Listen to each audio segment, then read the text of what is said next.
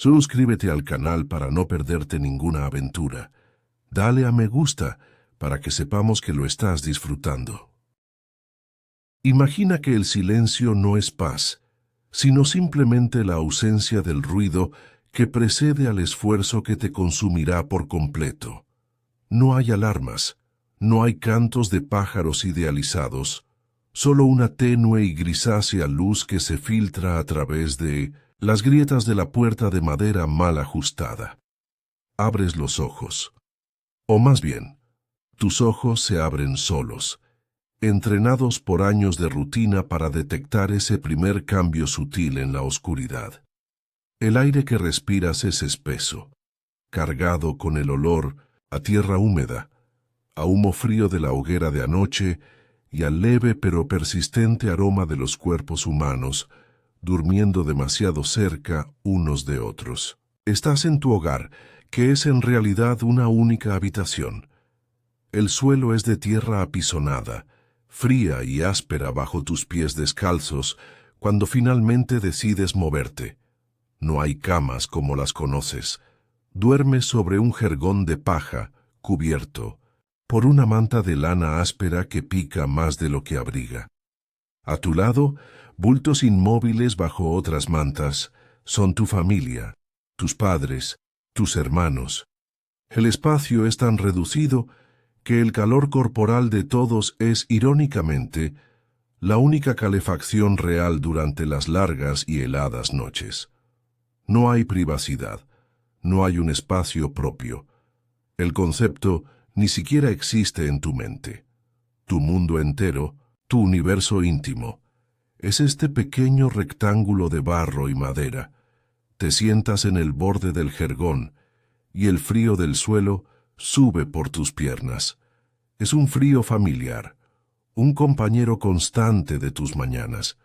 No piensas en darte una ducha caliente, ni en lavarte la cara con agua fresca. El agua del pozo es un bien preciado y a menudo turbio. Se usa para lo esencial, beber, con precaución, y cocinar. La higiene es un lujo que se practica con mucha menos frecuencia de lo que tu mente moderna podría soportar. Un rápido vistazo a la esquina más oscura de la habitación te recuerda el orinal de barro, cuyo contenido habrá que vaciar más tarde. Es un detalle más de una vida despojada de cualquier tipo de comodidad. No hay ventanas de cristal, quizás un pequeño postigo de madera que se abre en los días menos fríos, pero mantenerlo cerrado significa conservar el poco calor que se genera dentro. La oscuridad es tu estado natural. Tus ojos están acostumbrados a ella, capaces de distinguir formas y contornos, donde un ojo moderno solo vería negrura. Te levantas, estirando los músculos doloridos no por un mal colchón, sino por el trabajo físico incesante del día anterior. Cada movimiento es deliberado, económico. No hay energía que desperdiciar. Tu atención se dirige a la mesa, que, en realidad es un tablón de madera tosca, apoyado sobre dos caballetes. Sobre ella te espera tu desayuno. Olvídate de los cereales, de los huevos, del tocino crujiente o de una simple tostada con mantequilla. Tu primera comida del día es un trozo de pan, pero no es un pan que reconocerías. Es una masa oscura, densa y pesada. El color no proviene de harinas integrales de lujo, sino de los granos más baratos y duros que se pueden cultivar. Centeno, cebada, a veces incluso avena. En los años malos, cuando la cosecha de grano es pobre, la harina se mezcla con cualquier cosa que pueda darle volumen. Guisantes secos molidos, habas, a veces incluso cortezas de árbol o serrín. No es una exageración, es una cuestión de supervivencia. La idea de una harina blanca y esponjosa, hecha de trigo puro, es algo que pertenece a otro mundo. Es el pan de los señores, de los obispos, un material casi mítico que probablemente nunca tocarás y mucho menos probarás. El tuyo es el pan de los pobres, el combustible del pueblo. Lo tomas en tu mano. Es pesado, como una piedra. Está duro, no porque esté tostado, sino porque está viejo. Probablemente fue horneado hace varios días, quizás una semana. En tu mundo el pan no se hornea a diario. Las familias campesinas, como la tuya, rara vez tienen su propio horno. Eso es un privilegio. Llevan su masa al horno comunal del señor del feudo, una vez a la semana o cada 15 días, y pagan una parte de su producción por el derecho a usarlo. Así que el pan que comes hoy ya ha comenzado su lento proceso de descomposición. Examinas los bordes. Sí, ahí está. Una fina capa de moho verdoso y blanquecino se aferra a la corteza. No sientes asco. Sientes una leve resignación. Con la uña del pulgar, raspas cuidadosamente la mayor parte del moho, que cae al suelo de tierra y desaparece. Un poco no te hará daño, te dices a ti mismo, o más bien no piensas en ello, es normal. La humedad constante de la cabaña hace que todo se enmohezca rápidamente. Es una batalla perdida. Ahora, el verdadero desafío, comerlo. Intentar morderlo directamente sería una locura, un riesgo para tus dientes, que ya de por sí no están en las mejores condiciones. Tienes que ablandarlo.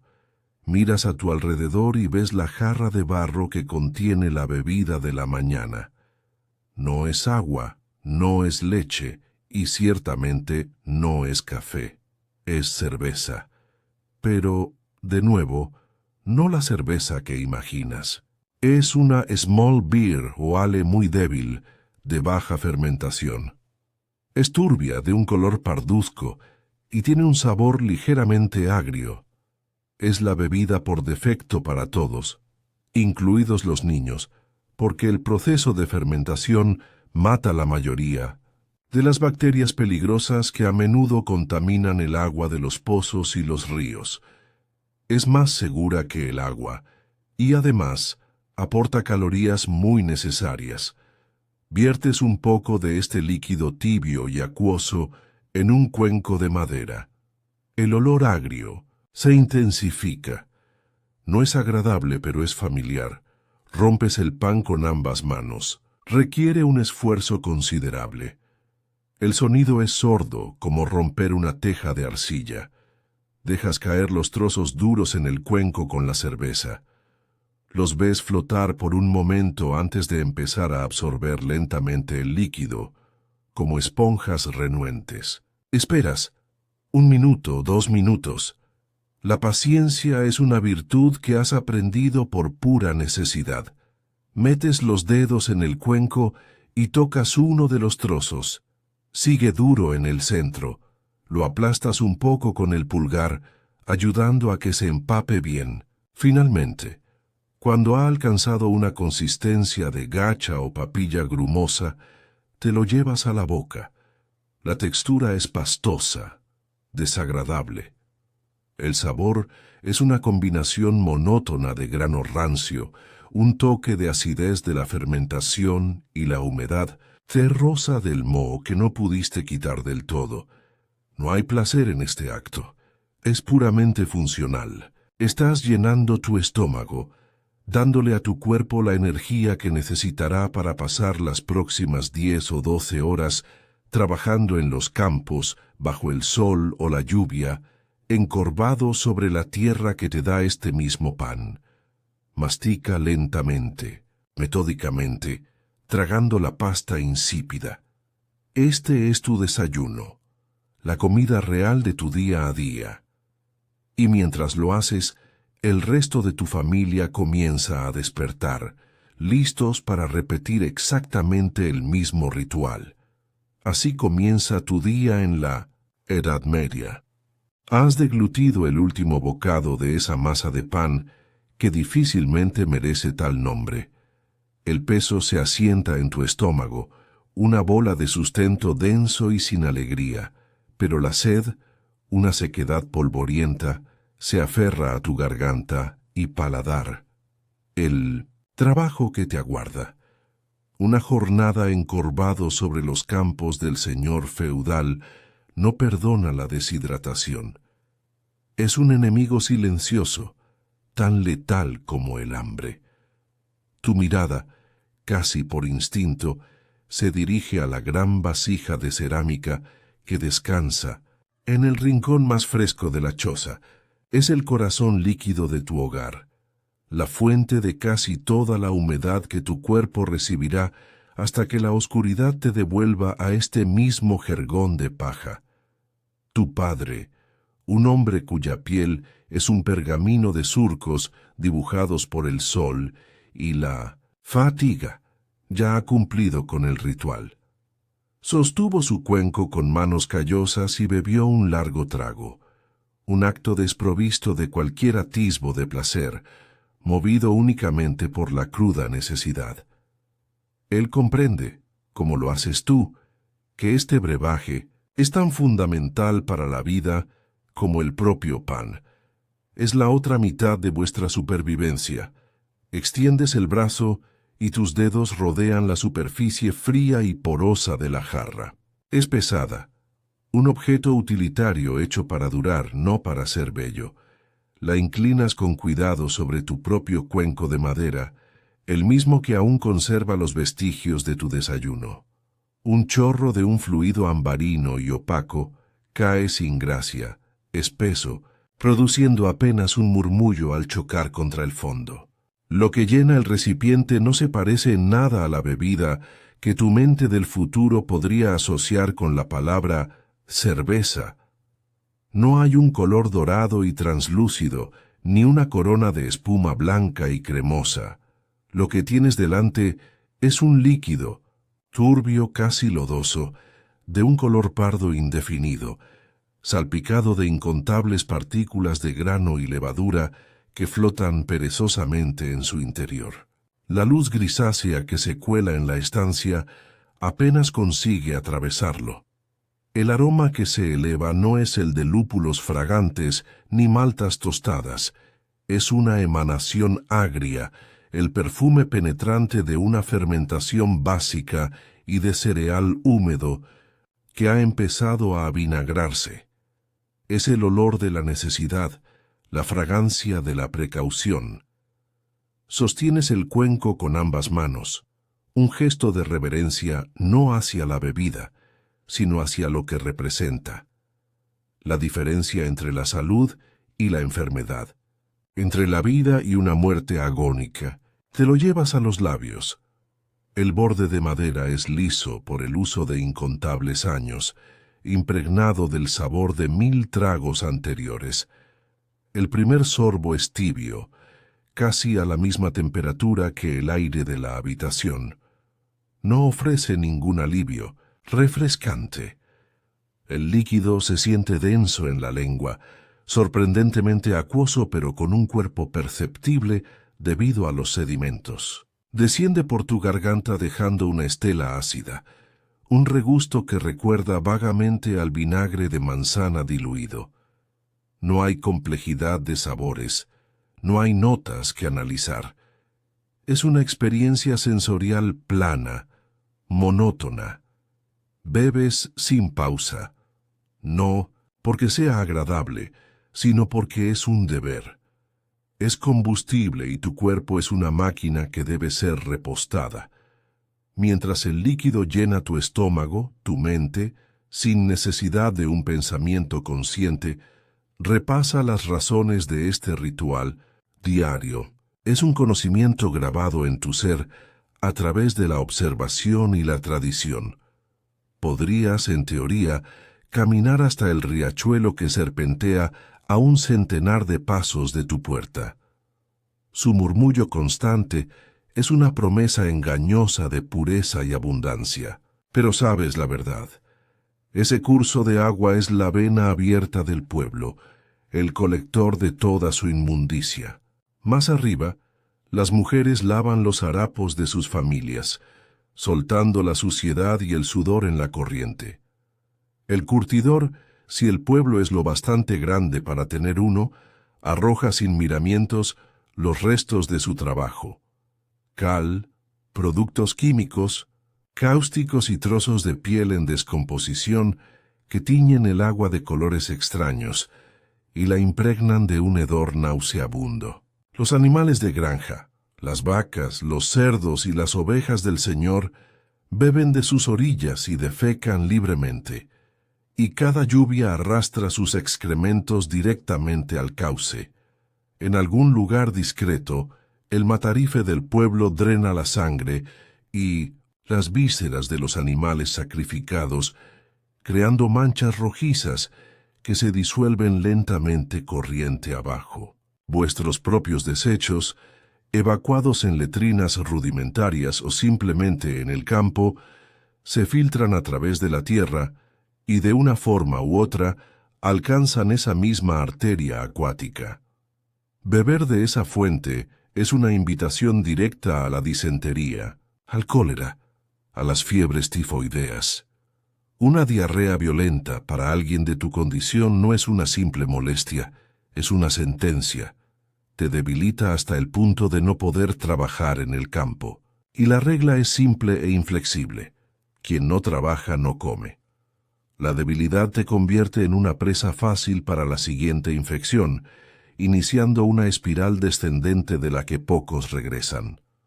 El pozo comunal, excavado con esfuerzo en el Mindeomisientas, centro de la aldea, es una alternativa, pero no una garantía. Es un hoyo profundo, a menudo sin un revestimiento de piedra adecuado, vulnerable a la contaminación de las aguas subterráneas que transportan las mismas impurezas. Su agua suele tener un sabor a tierra, a veces a metal, y su seguridad varía con las estaciones. Un recuerdo fugaz cruza tu mente: el hijo pequeño de un vecino, hace 2 veranos. Un niño que jugando bebió agua del pozo en un día caluroso. Le siguieron días de fiebre alta, de un llanto débil y de un cuerpo consumido por la enfermedad. Su pequeño bulto, envuelto en una tela, fue llevado al camposanto de la iglesia sin más ceremonia. Nadie dijo explícitamente que fue el agua, pero todos lo supieron. Fue una lección silenciosa y terrible, un recordatorio constante de que los peligros más grandes a menudo son invisibles. Por eso bebes esta ale. Es la sabiduría de tus antepasados destilada en una jarra.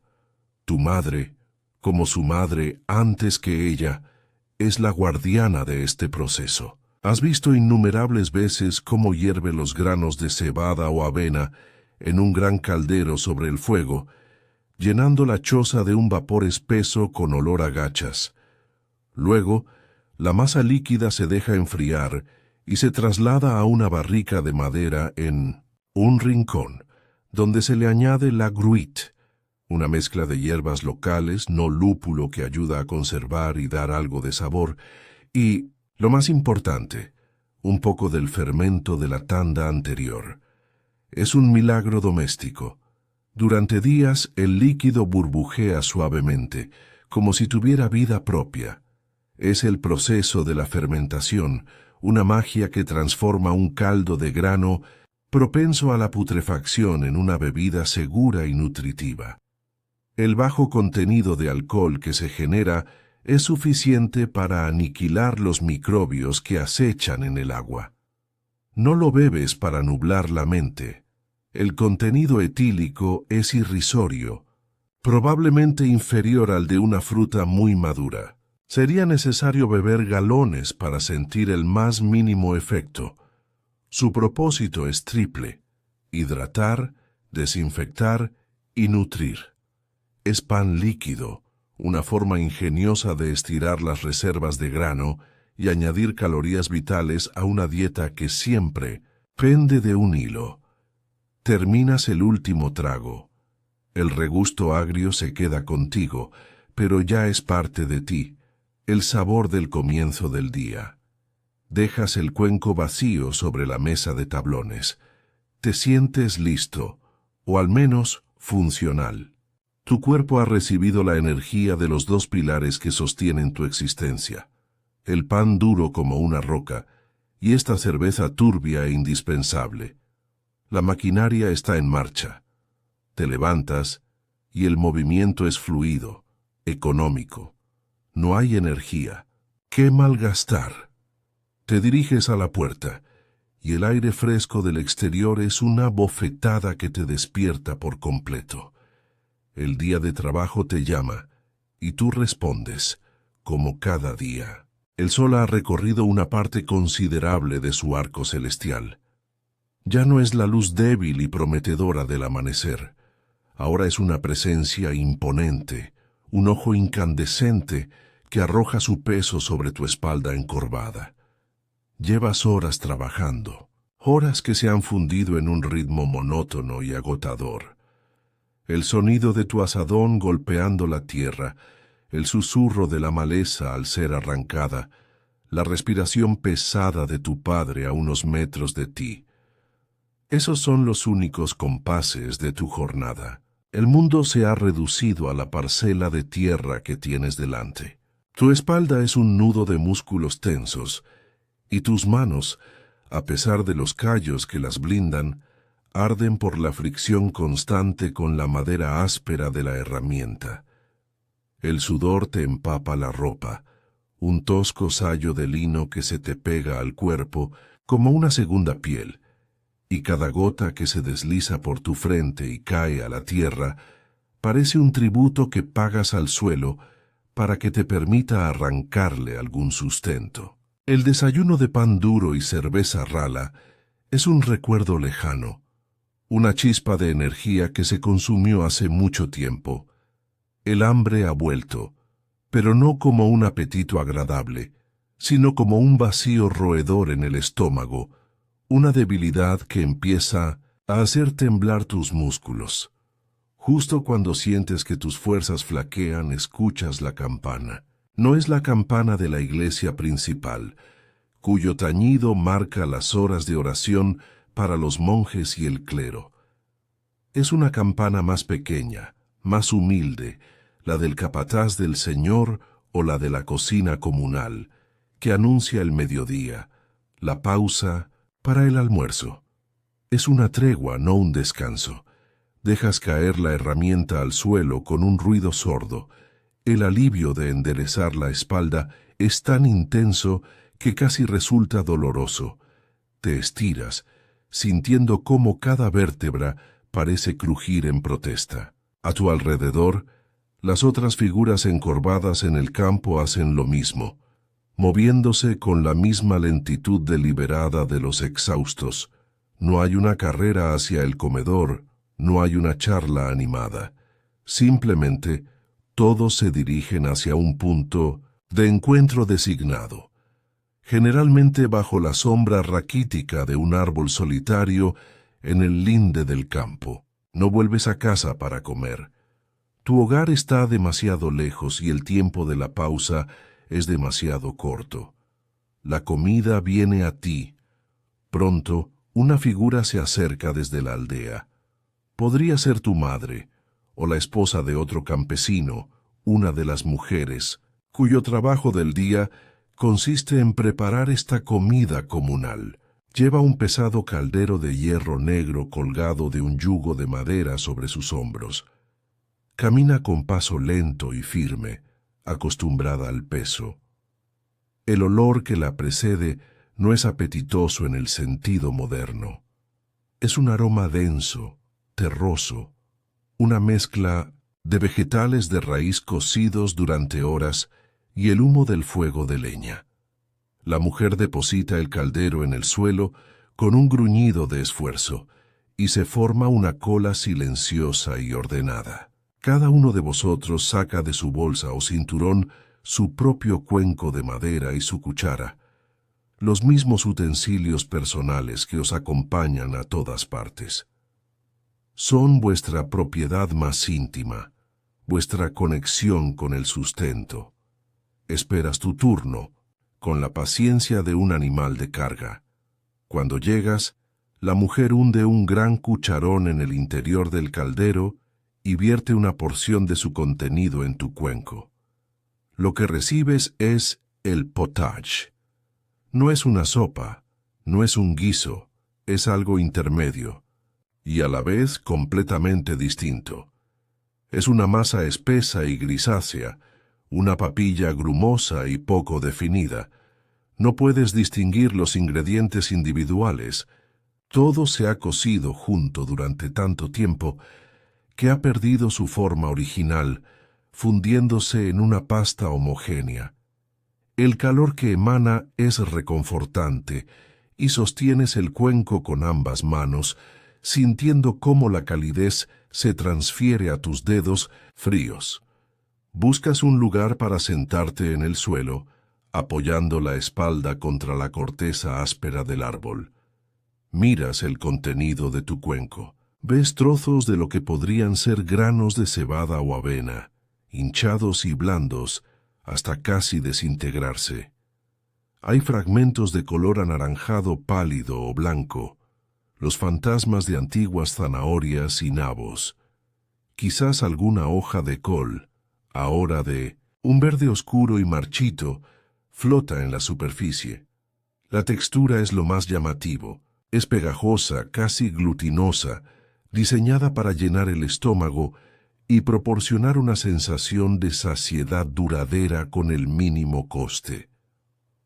Mientras te llevas la primera cucharada a la boca, tu mente se sumerge en la naturaleza de este plato.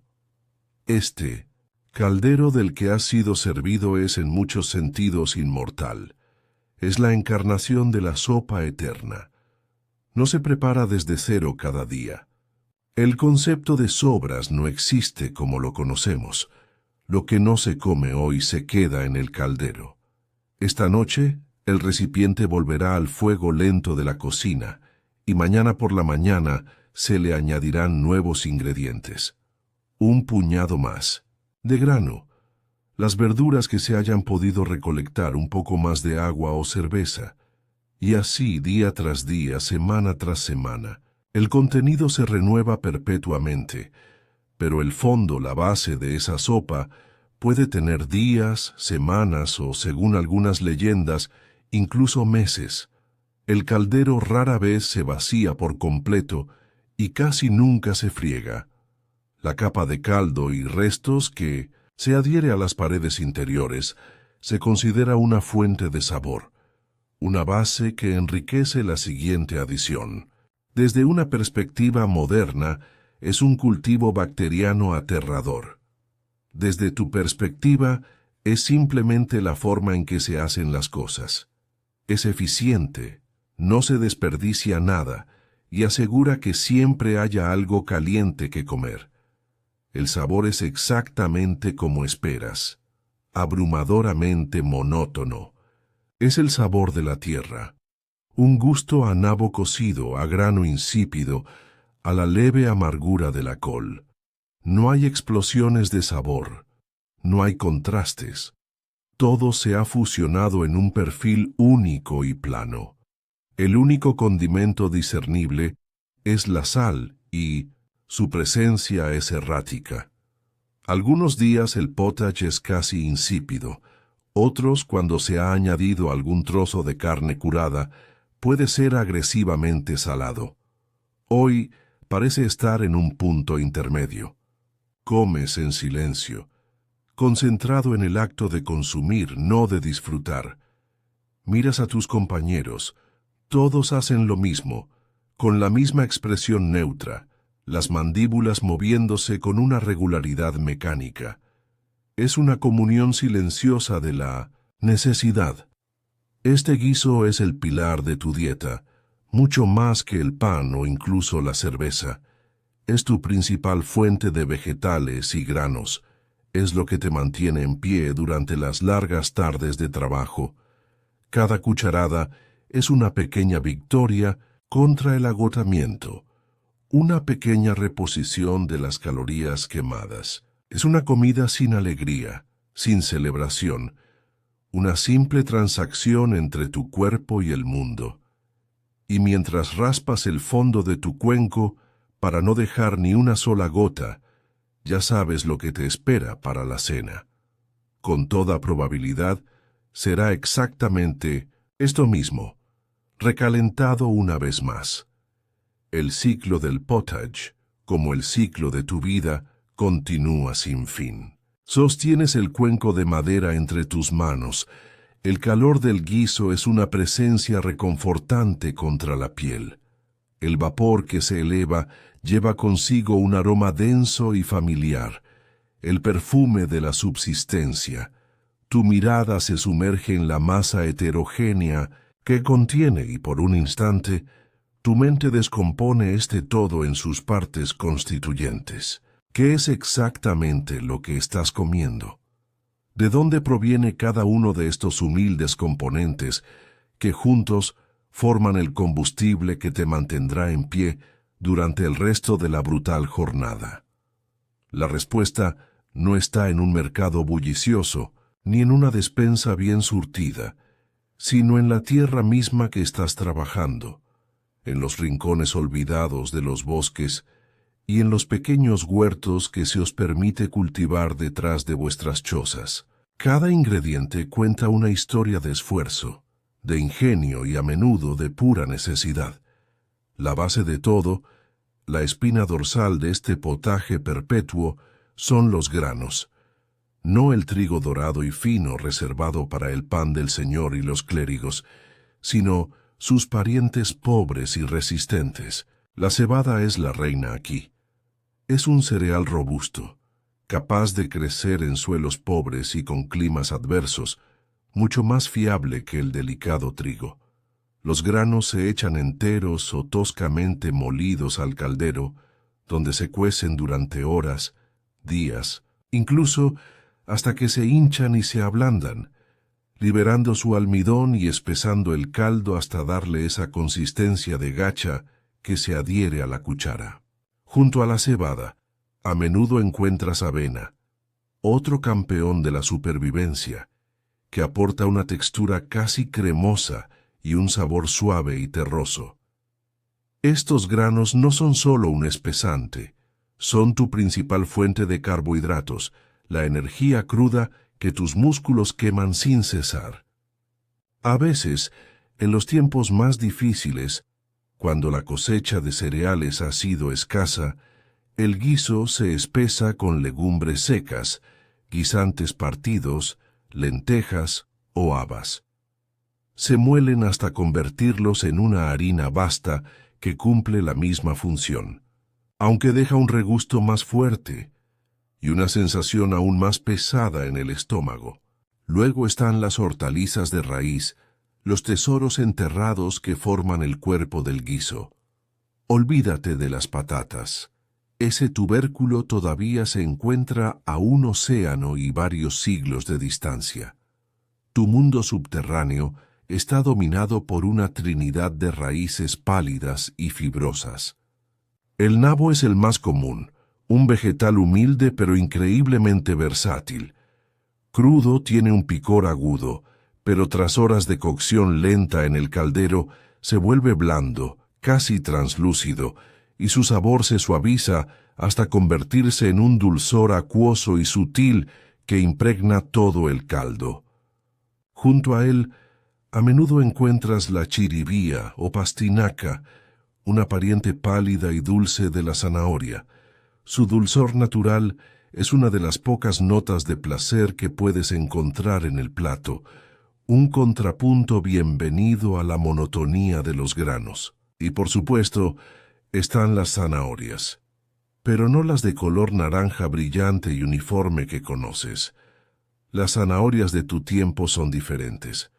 Pueden ser blancas, amarillentas, a veces incluso de un púrpura oscuro.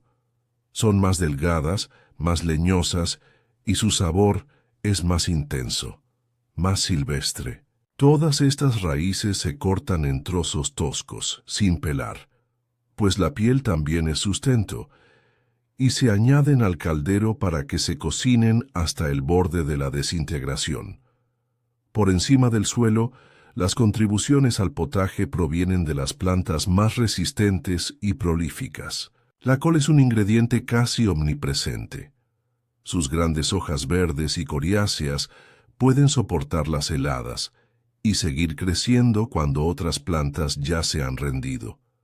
Se trocean y se echan al guiso, donde se ablandan y adquieren un color verde oscuro, casi negro, liberando ese sabor característico, ligeramente amargo y sulfuroso que es tan definitorio del plato. Las acelgas, con sus tallos robustos y sus hojas amplias, cumplen una función similar. Y luego están las cebollas y los puerros. Son los grandes aromatizantes de la cocina campesina, la base del sabor.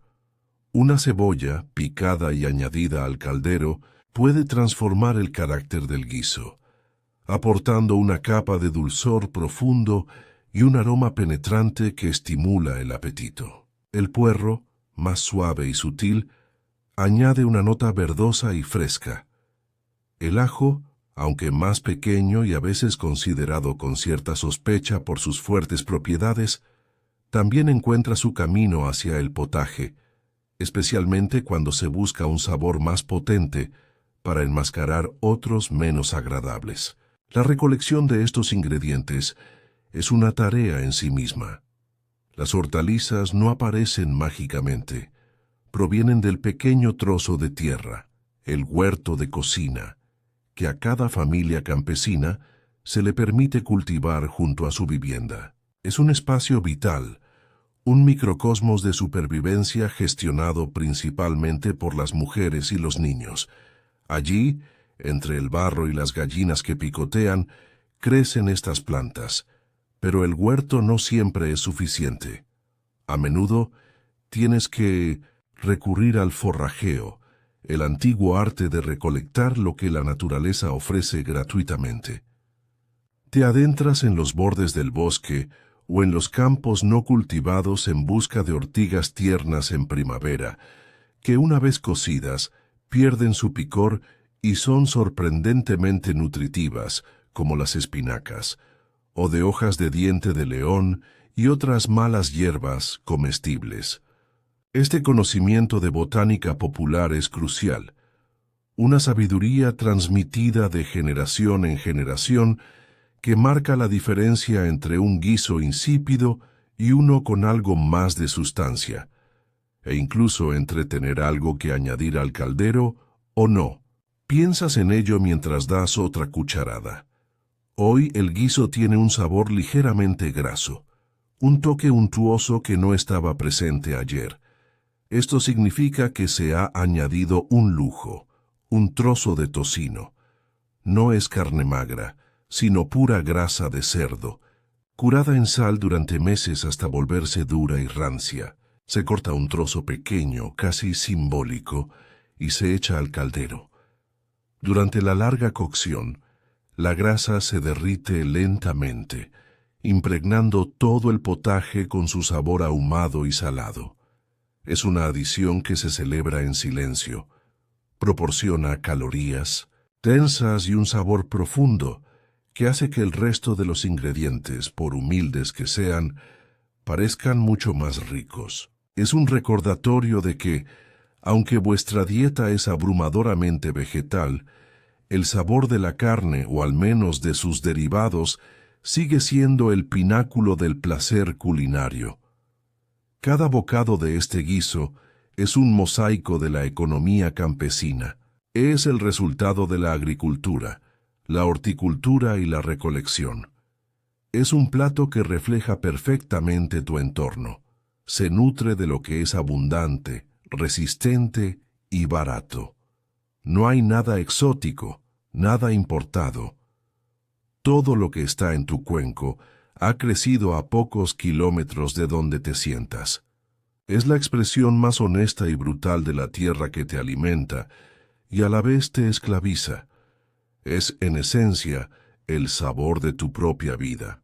Has apurado hasta la última gota de tu potaje del mediodía, raspando el fondo del cuenco con la cuchara de madera hasta dejarlo casi limpio. La sensación de vacío en tu estómago ha sido reemplazada por una pesadez reconfortante, el calor de la comida irradiando desde tu interior. Pero mientras te preparas para volver a la faena, un pensamiento fugaz cruza tu mente, un anhelo tan profundo y primordial como el hambre misma, el sabor de la carne. La adición de ese pequeño trozo de tocino salado en el guiso de hoy fue un recordatorio, una chispa que encendió el deseo. La carne fresca, jugosa, asada sobre un fuego, es una fantasía, un sueño reservado para las celebraciones del señor del feudo, para los banquetes en el gran salón del castillo, cuyos aromas a veces el viento arrastra hasta la aldea, torturando a los campesinos con el olor de un mundo que nunca conocerán. Para ti, el acceso a la proteína animal es una historia completamente diferente. Es una historia de restos, de partes olvidadas, de ingenio para transformar lo que la nobleza considera despojos en algo comestible. El ciclo de la carne en tu mundo está rígidamente controlado. Los bosques que rodean la aldea están llenos de vida, ciervos, jabalíes, conejos, pero esa vida no te pertenece. Cazar en los dominios del Señor es un crimen castigado con una brutalidad ejemplar. Ser descubierto con un lazo o una flecha en el bosque podría significar la mutilación, la pérdida de una mano o un ojo, o directamente la horca. Esos animales son la despensa personal del noble para su deporte y su mesa. De manera similar, el ganado mayor, como las vacas y los bueyes, son demasiado valiosos por su fuerza de tiro y su leche como para sacrificarlos por su carne, excepto cuando son viejos o están enfermos. Tu principal fuente de carne proviene de los animales más humildes, el cerdo y en menor medida la oveja. Pero incluso aquí hay una jerarquía estricta. Cuando un cerdo es finalmente sacrificado, un evento que suele ocurrir en otoño para aprovechar el clima frío para la conservación, es un momento de gran importancia para toda la comunidad. Pero la distribución de sus partes es un reflejo perfecto del orden social. Los mejores cortes, los lomos, los jamones, las costillas, están destinados por derecho al señor del feudo como parte de tus impuestos o rentas. Es el precio de la tierra que pagas con el fruto de tu trabajo y tus animales. Lo que queda, para ti el campesino, es lo que se conoce colectivamente como la pitanza del pobre, o más directamente, las menudencias. Son las partes que requieren más trabajo, que tienen sabores más fuertes y que para un paladar refinado serían consideradas repulsivas. Son los órganos internos, las extremidades y los trozos que la élite desecha. Piensas en el corazón, un músculo denso y duro, que ha latido sin cesar durante toda la vida del animal.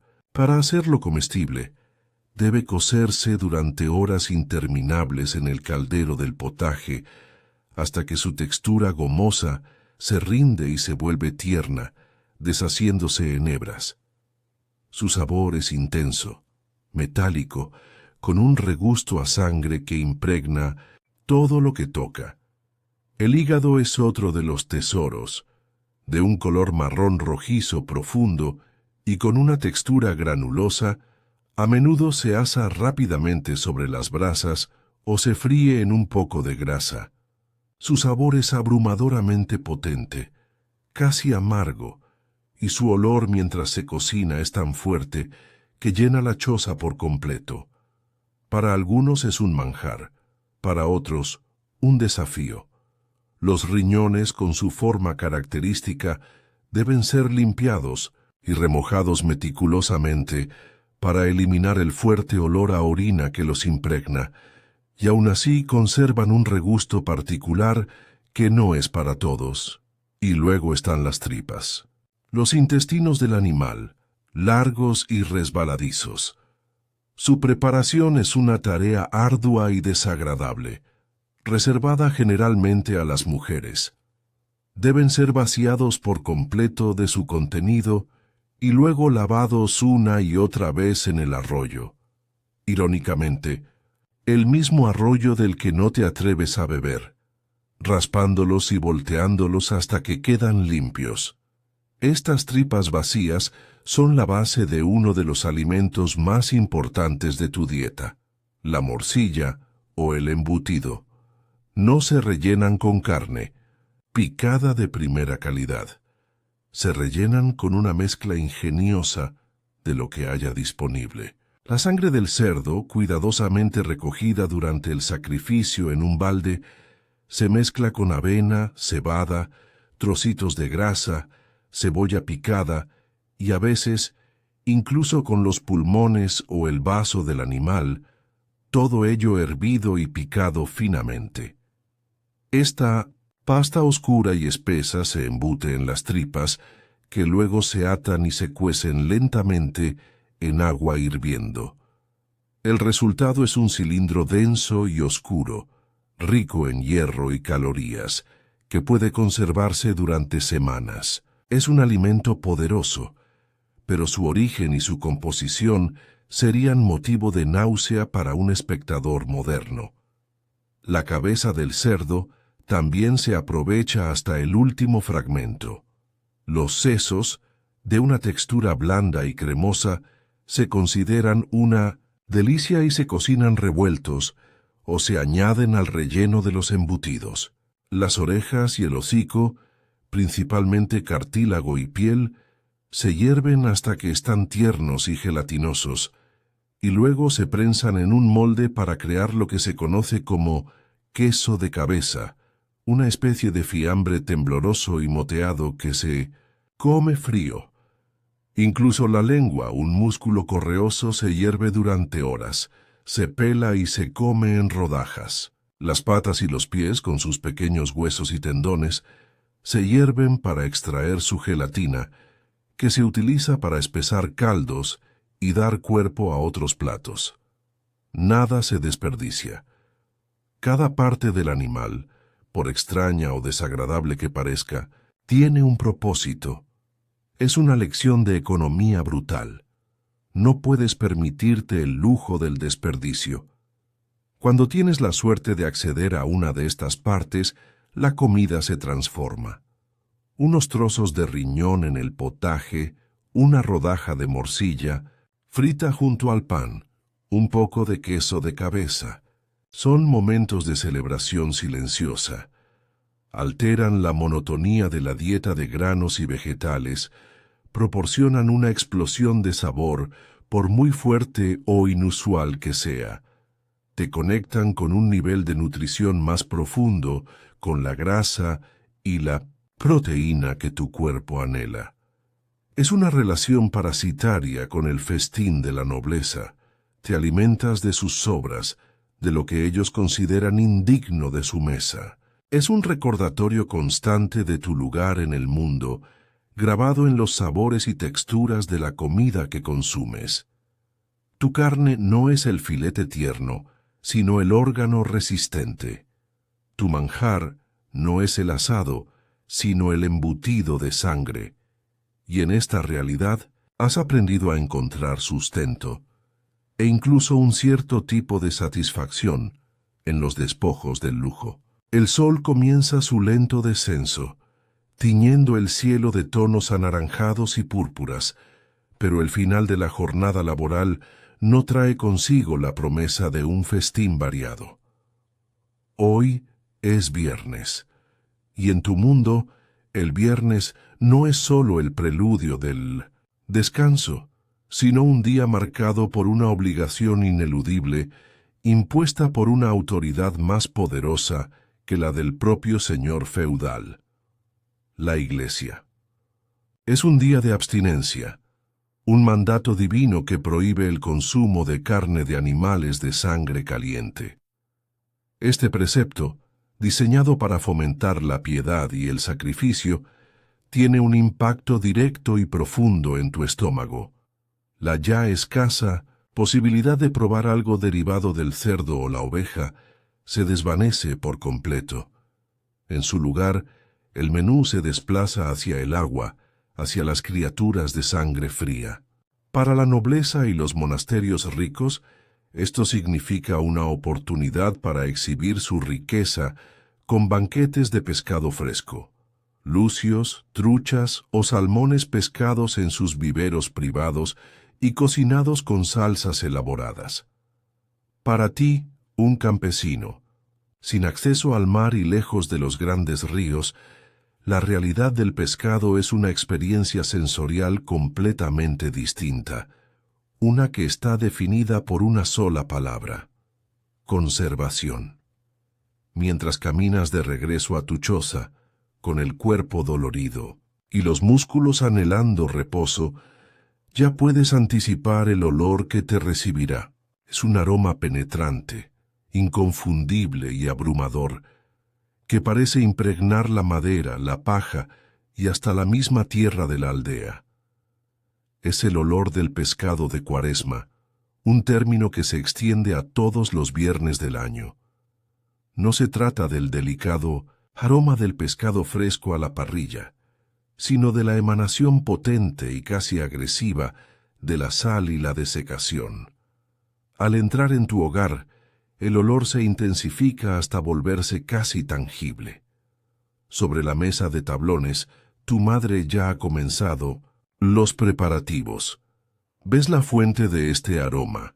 Un trozo de pescado que parece más un trozo de madera pálida y astillada que algo comestible. Es arenque o más probablemente bacalao, bacaladilla o merluza seca. Pescado en mares lejanos, destripado, abierto y luego curado durante meses en una cantidad ingente de sal y secado al viento hasta que toda su humedad ha desaparecido y su carne se ha vuelto dura como una piedra. Este método de conservación es una maravilla de la logística medieval. Permite que el pescado, una mercancía altamente perecedera, viaje cientos de kilómetros hacia el interior, abasteciendo a poblaciones como la tuya que de otro modo nunca lo probarían. Es una fuente de proteína vital, especialmente durante los largos 40 días de la Cuaresma, pero el proceso que lo hace duradero también transforma radicalmente su naturaleza. El pescado que tienes delante es un producto industrial de su tiempo, una ración de supervivencia que ha perdido toda conexión con su origen acuático. Su color es un blanco amarillento y translúcido, y su superficie está cubierta por una costra cristalina de sal. Si lo golpearas contra la mesa, sonaría como un trozo de leña. Su preparación es un ritual lento y laborioso. El primer paso es el desalado. El trozo de pescado acartonado se sumerge en un balde de agua del pozo, usada con moderación. Allí debe permanecer durante horas, a veces un día entero, cambiando el agua varias veces si es posible. ¿Ves el balde? En un rincón, con el pescado sumergido, el líquido a su alrededor ya turbio por la sal que se disuelve. Este proceso rehidrata lentamente la carne, devolviéndole una fracción de su volumen original, pero es una batalla contra la sal que nunca se gana por completo. La sal ha penetrado hasta la última fibra de su ser, convirtiéndose en parte intrínseca de su estructura. No importa cuánto tiempo lo remojes, el sabor salino dominante siempre permanecerá, una firma indeleble de su viaje y conservación. Cuando se considera que está lo suficientemente desalado, comienza la cocción. La forma más común de prepararlo es hervirlo.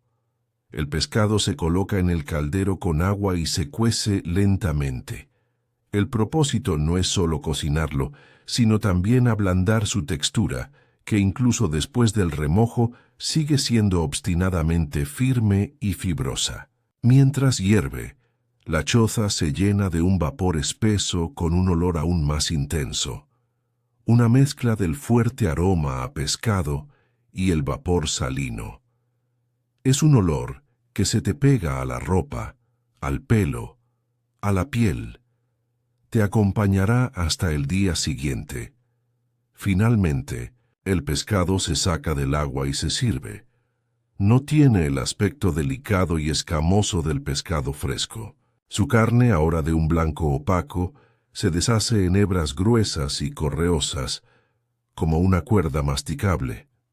Tu cena de viernes está servida. Un montón de estas hebras de pescado hervido en tu cuenco de madera, quizás acompañadas de un trozo del omnipresente pan oscuro para ayudar a mitigar la salinidad. Te llevas el primer bocado a la boca. La textura es el primer asalto a tus sentidos. Es elástica, casi gomosa, y requiere una masticación prolongada y metódica. No se deshace suavemente en la boca. Tienes que trabajar para descomponerla. Luego viene el sabor. Es una explosión de sal, una salinidad profunda, marina, que domina por completo tu paladar. Debajo de esa ola de sal puedes discernir el sabor subyacente del pescado, un gusto fuerte, concentrado y ligeramente rancio, el fantasma de su vida en el mar, ahora transformado por meses de curación. No es un sabor desagradable en sí mismo, pero es increíblemente monótono y unidimensional. Cada bocado es idéntico al anterior. Comes lentamente, bebiendo sorbos de la cerveza rala entre bocados para limpiar tu paladar y combatir la sed que la propia comida te provoca. Esta es tu realidad del pescado. A veces la rutina varía ligeramente. En lugar de arenque o bacaladilla, puede que tengas lamprea, una criatura serpentina y sin mandíbula que se pesca en los ríos y que a menudo se conserva ahumada, dándole un sabor denso y aceitoso. O quizás un trozo de anguila, igualmente grasa, conservada en gelatina o salmuera. Lo que todas estas opciones tienen en común es su sabor intenso y su textura desafiante, productos inevitables de los métodos de conservación disponibles. La idea de un pescado delicado, cocinado simplemente con unas hierbas, es un concepto tan ajeno como el de volar. Tu pescado es una herramienta nutricional, un sustituto proteico obligatorio, no una delicia culinaria. Es el sabor de la obediencia religiosa y la necesidad logística. Y mientras terminas tu ración, sintiendo la sal resecar tus labios, sabes que dentro de 7 días exactos, este mismo ritual, este mismo olor y este mismo sabor volverán a dominar tu cena, un ciclo tan predecible y constante como las fases de la luna. Pasan las semanas, fundiéndose en una sucesión interminable de amaneceres grises, trabajo agotador y comidas funcionales. La monotonía de tu existencia se ve raramente interrumpida. Pero hoy algo es diferente. El aire de la aldea no solo está cargado con el humo habitual de las hogueras, sino también con un murmullo de anticipación. Es un día especial, una de esas raras ocasiones que rompen el ciclo implacable del trabajo y la subsistencia. Quizás es el final de la cosecha, un momento en que el señor del feudo, satisfecho con los graneros llenos, permite una modesta celebración, o tal vez es una festividad religiosa importante, como el día del santo patrón de la aldea, una jornada de descanso obligatorio y rituales comunitarios. En estos días señalados, las reglas culinarias habituales se relajan ligeramente. Se permite un pequeño exceso, una desviación de la norma. Y en tu mundo, uno de los mayores símbolos de celebración culinaria, incluso en su forma más rústica, es la llegada del pastel, la tarta, el pie. La idea de un pastel evoca en tu mente del futuro imágenes de postres dulces, con rellenos de frutas brillantes y masas delicadas y hojaldradas. Debes desterrar esa imagen por completo. El pastel de tu realidad campesina es una criatura completamente diferente, una construcción robusta y funcional cuyo propósito principal es la contención y la conservación. La masa, conocida como coffin, ataúd en inglés antiguo, un nombre inquietantemente apropiado, no está hecha con mantequilla fina ni manteca de cerdo refinada. Su receta es la simplicidad misma. Harina basta, probablemente de centeno o una mezcla de granos inferiores, mezclada con agua caliente y una pizca de sal. Se amasa hasta obtener una pasta densa y elástica, más parecida a la arcilla de modelar que a una masa de repostería. No está diseñada para ser la estrella del plato.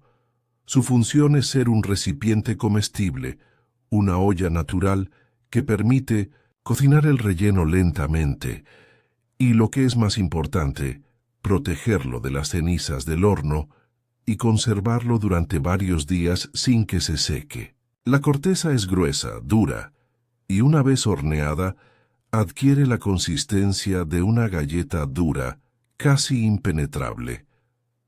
El verdadero corazón de la celebración, sin embargo, reside en el relleno. En un día como hoy, el señor feudal puede haber organizado una cacería en sus bosques para entretener a sus invitados. Y como siempre, mientras los nobles se quedan con los mejores cortes del ciervo o del jabalí abatido, una parte de los despojos se distribuye entre los campesinos como un gesto de magnanimidad calculada. Y es precisamente aquí, en estos restos, donde nace el relleno de tu pastel de fiesta. No recibirás tiernos solomillos ni costillares. Lo que llega a la cocina comunal son las umbles, del francés antiguo nombles, un término que engloba las vísceras del animal, el corazón, el hígado, los pulmones, los riñones y otras partes internas. Estos son los ingredientes que darán nombre al legendario humble pie, el pastel humilde. El proceso de preparación es laborioso. Las vísceras deben limpiarse a fondo, una tarea que requiere tiempo y un estómago fuerte. Se hierven primero para ablandarlas y eliminar parte de su sabor más fuerte y metálico. El agua de la primera cocción, teñida de un color oscuro y con un olor penetrante, se desecha. Luego, los órganos ya cocidos se pican finamente, muy finamente, con un cuchillo afilado hasta convertirlos casi en una pasta. La textura es crucial. Los trozos grandes de órganos serían gomosos y desagradables. A esta base de menudencias picadas se le añaden otros ingredientes para dar volumen y sabor. Se mezcla con una buena cantidad de sebo de res o manteca de cerdo picada que aportará la grasa necesaria para que el relleno no quede seco. Se añaden cebollas picadas, quizás algunas hierbas del huerto como el tomillo o la salvia, y una cantidad generosa de pan rallado seco para absorber los jugos y dar cohesión a la mezcla.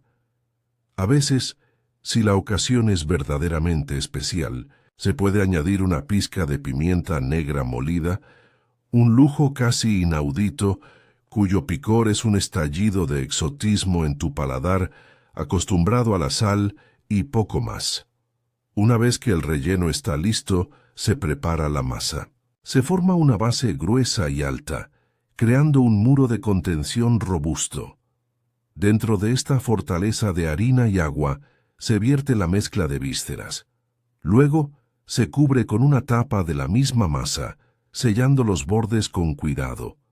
A menudo se deja un pequeño agujero en el centro de la tapa para que el vapor pueda escapar durante la cocción, evitando que el pastel explote. La construcción final no es delicada ni elegante, es un objeto sólido, pesado y funcional. Estos pasteles se llevan al horno comunal, el único lo suficientemente grande y caliente como para cocinarlos adecuadamente. Se hornean durante horas, lentamente, hasta que la corteza está dura y dorada y el relleno del interior burbujea.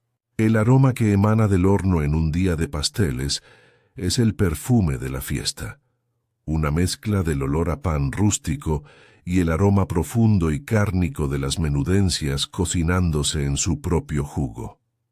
Finalmente, llega el momento de la verdad. El luz pastel, ya horneado, se saca del horno y se deja reposar. Se sirve en porciones generosas. Recibes tu trozo en el cuenco de madera. La corteza es tan dura que a menudo se usa como un plato improvisado. Mucha gente se come el relleno y deja la corteza o se la da a los perros. Otros, que no pueden permitirse desperdiciar ni una caloría, la roen con paciencia, ablandándola, con cerveza si es necesario. Rompes la tapa con tu cuchara. El vapor se escapa, liberando una nube de aroma intenso. El relleno del interior es una masa oscura, densa y granulada. No puedes distinguir los componentes individuales. Todo se ha fundido en una pasta homogénea y sabrosa. Te llevas la primera cucharada a la boca. La experiencia es abrumadora. El sabor es increíblemente rico y complejo en comparación con tu dieta habitual. Es profundamente cárnico, con el regusto metálico del hígado, la textura más firme del corazón y la suavidad de los otros órganos, todo unificado por la grasa derretida y el dulzor de las cebollas. Es salado, es graso, es increíblemente saciante, es el sabor de la abundancia, aunque sea una abundancia hecha de restos. Comer este humble pie es una experiencia cargada de significado. Es, literalmente, comer humildad. Es aceptar tu lugar en la jerarquía social, consumiendo con gratitud las sobras de la mesa del Señor. Pero al mismo tiempo, es un acto de triunfo culinario. Es la prueba de la habilidad de tu gente para transformar lo despreciado en algo delicioso y nutritivo. Es una celebración no solo de la fiesta, sino de vuestra propia resiliencia e ingenio. Cada bocado es un recordatorio de que, incluso en la base de la pirámide, se puede encontrar una forma de festín. Y mientras saboreas lentamente tu porción, el mundo, por un breve instante, parece un lugar un poco menos gris. Estás sentado sobre la tierra endurecida, con el cuenco vacío después de haber consumido el pastel de menudencias. El regusto graso y complejo de la carne de órganos aún perdura en tu paladar, una sensación tan inusual y potente que casi parece un eco de otro mundo. Ese sabor, con su toque de pimienta que fue el lujo de la fiesta, te hace reflexionar sobre el universo sensorial en el que habitas a diario. Te das cuenta de que tu vida culinaria se desarrolla en un paisaje de sabores limitado, un espectro reducido a unas pocas notas fundamentales. La idea de sazonar la comida, en el sentido moderno de buscar equilibrio, contraste y complejidad aromática, es un concepto que simplemente no existe en tu realidad. Tu comida no se sazona por placer, se sazona por necesidad. Los sabores que experimentas no son una elección, sino una consecuencia directa de la conservación y la disponibilidad. Vives en un mundo casi desprovisto del milagro de las especias. Para ti, las especias son leyendas, susurros traídos por los raros mercaderes que a veces atraviesan la región, o historias contadas sobre la opulencia inimaginable de la corte del rey. La pimienta negra, el clavo de olor, la nuez moscada, la canela, el jengibre.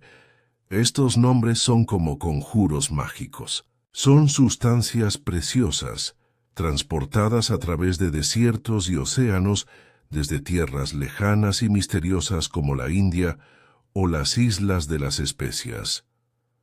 Su valor es astronómico, superando con creces el del oro. Se usan como moneda, como dote, como muestra de poder y estatus. Un noble podría exhibir su riqueza no por el tamaño de su castillo, sino por la cantidad de pimienta que su cocinero es capaz de usar en un banquete, tiñendo los platos de negro para demostrar que puede permitirse tal despilfarro. Estas joyas aromáticas son para los reyes, los duques y los altos dignatarios de la iglesia. En tu choza de barro y paja, la posibilidad de poseer un solo grano de pimienta es tan remota como la de poseer una corona. Entonces, ¿cuál es tu paleta de sabores? ¿Qué herramientas tienes para alterar el perfil gustativo de tu monótono potaje o de tu pan de centeno? Tu principal y más poderoso aliado es la sal. La sal es fundamental, no tanto por su sabor, sino por su capacidad para conservar la vida. Es lo que evita que la carne se pudra y que el pescado se descomponga. Es la base de la curación, del salazón, de la salmuera. Sin sal, el invierno sería una sentencia de muerte por hambre. Pero esta dependencia tiene un coste sensorial. A menudo la comida no está simplemente salada, sino que está impregnada de una salinidad agresiva, un sabor tan intenso que opaca cualquier otro matiz. El jamón curado, el tocino, el pescado seco, su sabor principal es el de la sal en la que han pasado meses. Comes estos alimentos no a pesar de la sal, sino por ella. Tu cuerpo, agotado por el sudor del trabajo físico, anhela el sodio. Has desarrollado una tolerancia e incluso una preferencia por niveles de sal que un paladar moderno encontraría insoportables. La sal no es un condimento, es un ingrediente estructural, el pilar sobre el que se construye la seguridad alimentaria. Más allá de la sal, tu segundo gran recurso proviene de la familia Allium, las cebollas, el ajo y los puerros. Estos son los verdaderos caballos de batalla de tu cocina. Crecen con relativa facilidad en tu pequeño huerto, son resistentes y se conservan bien durante los meses fríos. Una cebolla, picada y añadida al caldero, puede transformar el guiso más insípido, aportando una base de dulzor profundo y un aroma penetrante que llena la choza y estimula el apetito. El puerro, con su sabor más suave y verdoso, añade una capa de complejidad sutil.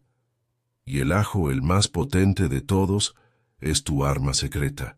Un solo diente machacado puede infundir a todo un plato un calor picante y un aroma inconfundible. Se usa con audacia, a veces para dar vida a un plato, otras veces para enmascarar sabores menos deseables, como el inicio de la rancidez en la grasa o el regusto particular de ciertos órganos. Estos tres ingredientes son los cimientos de tu perfil de sabor, la base sobre la que se construye cualquier variación en tu dieta. El siguiente nivel de sazón proviene de las hierbas que puedes cultivar o recolectar. No son las hierbas delicadas y exóticas de la alta cocina, sino plantas robustas y locales. El perejil, con su frescura verde y ligeramente amarga, puede alegrar la pesadez de un plato graso. El tomillo y la salvia, con sus aromas resinosos que amaderados, son compañeros perfectos para las carnes de cerdo y las menudencias. El romero, que crece en arbustos resistentes, aporta notas de pino y alcanfor. La menta, que se extiende sin control si se la deja, se usa a veces para dar un toque de frescura a los platos de verano. Estas hierbas se usan tanto frescas cuando están en temporada como secas, colgadas en manojos del techo de la choza para usarlas durante el invierno. Su contribución es sutil pero importante, añadiendo una dimensión aromática que de otro modo estaría ausente. Y luego están los agentes ácidos, los elementos que aportan el contrapunto agrio que puede cortar la grasa y equilibrar la riqueza. El vinagre es el más importante. Producido a partir de vino que se ha agriado, o más comúnmente en tu caso, de cerveza o sidra que ha fermentado demasiado tiempo, el vinagre es un ingrediente versátil. Un chorrito en el potaje puede avivar los sabores apagados. Se usa para crear encurtidos rudimentarios, conservando verduras como el repollo o los pepinos en una salmuera ácida que los mantiene comestibles durante meses. Otro agente ácido es el verjus o agraz, el zumo extraído de uvas o manzanas silvestres que aún no han madurado. Este jugo increíblemente agrio se utiliza como el zumo de limón en la cocina moderna, añadiendo una acidez brillante y frutal a salsas y guisos. Por 1900. Último, existe un condimento que se sitúa entre el lujo y la disponibilidad: la mostaza. Las semillas de mostaza crecen de forma silvestre o se cultivan con facilidad. Se machacan en un mortero con un poco de vinagre, agua o verjus para crear una pasta picante y potente. Una pequeña cantidad de esta mostaza casera, servida junto a un trozo de carne hervida o un embutido, proporciona una explosión de sabor, un picor agudo que despeja las fosas nasales y estimula el paladar. Es el condimento del pueblo por excelencia, un pequeño lujo asequible que puede hacer que la comida más simple parezca un festín. Así que, cuando piensas en el sabor real de tu comida, no es una sinfonía de especias exóticas. Es una composición rústica, a veces disonante, dominada por el bajo continuo de la sal. Sobre esa base se superponen las notas dulces y penetrantes de la cebolla y el ajo, los tonos verdes y resinosos de las hierbas locales, y los acentos agudos del vinagre y la mostaza. Es un perfil de sabor nacido de la necesidad, no de la elección. Es un testimonio de la capacidad humana para crear variedad a partir de recursos limitados, y en su honestidad brutal, en su falta de artificio, reside su autenticidad. No comes para ser deslumbrado por sabores nuevos y emocionantes. Comes para sentir el peso del sustento en tu estómago, y los sabores que lo acompañan son simplemente el sonido que hace la supervivencia. La jornada de celebración ha terminado. El recuerdo del pastel humilde, con su riqueza grasa y su toque especiado, se desvanece lentamente, dejando tras de sí la realidad cotidiana de tu paladar. Te encuentras sentado fuera de tu choza mientras los últimos vestigios de luz se retiran del cielo. Tu cuerpo está saciado, pero una parte de tu mente, una parte ancestral de tu biología, anhela algo más. Un deseo sutil pero persistente de un sabor que es la antítesis de casi todo lo que consumes: el dulzor. En tu mundo, el concepto de postre, ese plato final diseñado puramente para el placer y el deleite azucarado, es una fantasía tan lejana como las estrellas que comienzan a parpadear sobre tu cabeza. El dulce no es un capricho, es el tesoro más raro y esquivo de tu universo culinario, una recompensa que la naturaleza ofrece con moderación y que la sociedad reserva para los más poderosos. Tu principal y más directa conexión con el sabor dulce proviene del ciclo de las estaciones, de los regalos efímeros de la tierra. En primavera, podrías encontrar los brotes tiernos de ciertas plantas que tienen un matiz azucarado antes de que la amargura del crecimiento se asiente. Pero es el verano el que trae la verdadera recompensa. Te aventuras a los linderos del bosque y a los setos que separan los campos, Y allí, si tienes suerte, encuentras pequeños estallidos de color y sabor. Las fresas silvestres, diminutas en comparación con sus descendientes cultivadas, no más grandes que la uña de tu meñique, pero con una intensidad de sabor y una dulzura explosiva que parece casi milagrosa. Te arrodillas en el suelo para recogerlas, comiéndolas directamente de la planta, manchándote los dedos y los labios con su jugo rojo. Es un placer fugaz y solitario. Más tarde llegarán las frambuesas y las moras, que crecen en zarzas espinosas que te arañan la piel, mientras buscas sus frutos oscuros y jugosos. Su sabor es una mezcla perfecta de dulzura y acidez, una complejidad que ningún otro alimento en tu dieta puede igualar. A finales del verano y principios del otoño, la búsqueda del dulce continúa en los árboles. Las manzanas silvestres o cangrejas, crab apples, son pequeñas, duras y a menudo increíblemente agrias, pero si se dejan madurar lo suficiente en el árbol, o incluso si se recogen y se guardan en paja durante semanas, su acidez se suaviza y da paso a un dulzor concentrado. Lo mismo ocurre con las peras silvestres, arenosas y astringentes al principio, pero que se vuelven más suaves y dulces con el tiempo.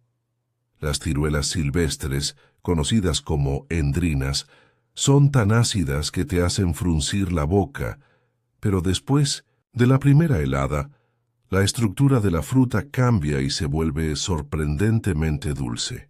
Estos frutos rara vez se comen como un manjar por sí solos. Más a menudo se machacan y se prensan para hacer sidra o perada, bebidas fermentadas donde el azúcar de la fruta se transforma en alcohol.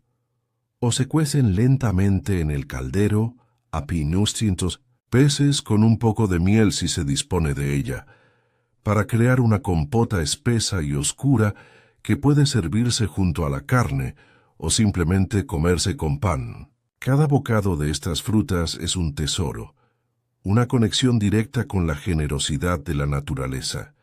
Sin embargo, el rey indiscutible del dulzor en tu mundo es la miel. La miel no es solo un alimento, es una sustancia mágica, un oro líquido, es medicina, conservante y el edulcorante más potente que conoces. Pero la miel es peligrosa y cara de obtener. Las abejas silvestres construyen sus panales en los huecos de los árboles viejos o en grietas de rocas. Para recolectar la miel, un cazador de miel debe enfrentarse a un enjambre furioso, a menudo usando humo de una antorcha para tratar de calmar a las abejas mientras extrae los panales. Es un trabajo arriesgado que puede resultar en cientos de picaduras dolorosas, a veces incluso mortales.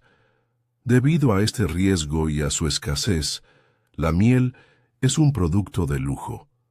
Es más probable que la produzcan los monjes en los monasterios, que han empezado a practicar una apicultura más organizada en colmenas de paja o cerámica.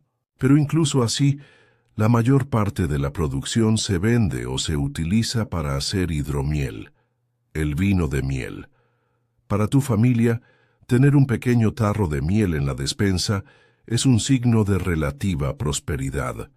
No se usa a diario, se guarda para ocasiones especiales, para endulzar una tisana medicinal para un enfermo, para glasear un trozo de carne en un día de fiesta, o simplemente para untar una finísima capa sobre un trozo de pan como un regalo extraordinario para un niño. Luego está el azúcar de caña. Para ti esta sustancia es prácticamente un mito, un polvo blanco y cristalino que pertenece al reino de los cuentos de hadas. Sabes de su existencia porque es la sustancia que los boticarios utilizan para hacer sus confecciones medicinales más caras, creyendo que el azúcar es un portador de propiedades curativas, proviene de tierras cálidas y lejanas, donde es cultivado por esclavos en vastas plantaciones. Su viaje a tu continente es largo y costoso, pasando por las manos de innumerables intermediarios, lo que eleva su precio a niveles estratosféricos. Se vende en forma de panes de azúcar, conos duros y compactos de los que se deben raspar pequeños fragmentos con herramientas especiales. Solo las cocinas de los reyes y los duques más opulentos tienen acceso a él. Allí, los cocineros lo utilizan no solo para endulzar, sino también para crear esculturas comestibles espectaculares, llamadas soteltes, demostraciones extravagantes de riqueza que se exhiben en los banquetes. La idea de usar azúcar para endulzar tu potaje diario o tu cerveza es tan absurda como la idea de construir tu choza con monedas de oro. Así, tu paladar dulce está entrenado para detectar y apreciar niveles de dulzura que una persona moderna apenas registraría. El dulzor sutil de una zanahoria cocida lentamente en el guiso, la nota casi imperceptible de una cebolla caramelizada, la dulzura natural de la leche fresca de oveja o cabra cuando está disponible. Esas son tus experiencias, dulces cotidianas. Tu cuerpo no está acostumbrado a una avalancha de azúcar. Por eso, cuando comes una mora madura o pruebas una gota de miel, la sensación es increíblemente intensa, una explosión de placer puro que ilumina todo tu ser. Esta escasez de dulce tiene un efecto profundo en tu salud, aunque no seas consciente de ello. Tus dientes, aunque no reciben los cuidados de la odontología moderna, están en gran medida a salvo de las caries rampantes que plagarán a las generaciones futuras cuando el azúcar se vuelva barato y abundante. Tu cuerpo no sufre los efectos de los picos de insulina ni de las enfermedades metabólicas asociadas al consumo excesivo de azúcar. Tu privación, en este único aspecto, es una bendición disfrazada. Así que, mientras la noche se cierra por completo, el deseo de dulce se desvanece. No es una necesidad, es un lujo, y has aprendido, por pura necesidad, a vivir sin lujos. Tu paladar se contenta con lo salado, lo agrio y lo amargo, los verdaderos sabores de tu supervivencia. La oscuridad ha reclamado por completo el mundo exterior. El frío de la noche desciende y se filtra a través de las innumerables rendijas de tu modesta vivienda, un recordatorio constante de la fragilidad de tu refugio contra los elementos. El largo y agotador día de trabajo ha llegado a su fin. Tus músculos gritan con una fatiga profunda y dolorosa, un cansancio que se ha acumulado no solo a lo largo de esta jornada, sino de incontables días idénticos que se extienden hacia atrás en tu memoria. El regreso a casa no es un retorno a un santuario de confort y relajación, sino simplemente un cambio de escenario para la última etapa de tu rutina diaria, la cena. No hay una transición clara entre el trabajo y el descanso. Todo forma parte de un ciclo ininterrumpido de esfuerzo y recuperación básica. El concepto de tiempo libre o de ocio después del trabajo es tan ajeno como el de unas vacaciones pagadas. La noche es para comer, recuperar un mínimo de fuerzas y dormir, para poder levantarse y repetir el ciclo al alba. Entras en la choza. El ambiente es espeso, una mezcla del humo de la hoguera que ahora arde con más fuerza en el centro de la estancia y los olores persistentes de la vida acumulada. El aroma a tierra húmeda, a paja sudada y el vago olor de la comida del mediodía. Tu familia ya está reunida, sus siluetas recortadas por la luz danzante del fuego. No hay una mesa de comedor formalmente dispuesta con platos y cubiertos. La gente se agrupa donde puede, en taburetes bajos de madera, en el borde de los jergones, de paja o simplemente en el suelo de tierra apisonada. La atmósfera no es de alegre reunión familiar, sino de un agotamiento compartido. Las conversaciones son escasas y funcionales, frases cortas sobre el estado de una herramienta, la salud de un animal o el clima de mañana. La energía para una charla animada se consumió hace horas en los campos. En el centro de esta escena, colgado sobre el fuego, se encuentra el omnipresente caldero de hierro. Ha estado allí todo el día, manteniendo su contenido caliente sobre las brasas. El vapor que emana de él es el mismo que oliste al mediodía. No hay suspense, no hay sorpresa sobre lo que contiene. La cena de esta noche será con una certeza casi absoluta una repetición de la comida del mediodía. Tu madre, con movimientos lentos y acostumbrados, toma el gran cucharón y comienza a servir. Te acercas con tu cuenco de madera, el mismo que has usado durante todo el día, y ella lo llena con una porción de la masa humeante. Miras el contenido. Es el mismo potaje, el mismo guiso eterno, quizás un poco más espeso que al mediodía, ya que parte del líquido se ha evaporado tras horas sobre el fuego lento. Los colores son los mismos grises y marrones apagados.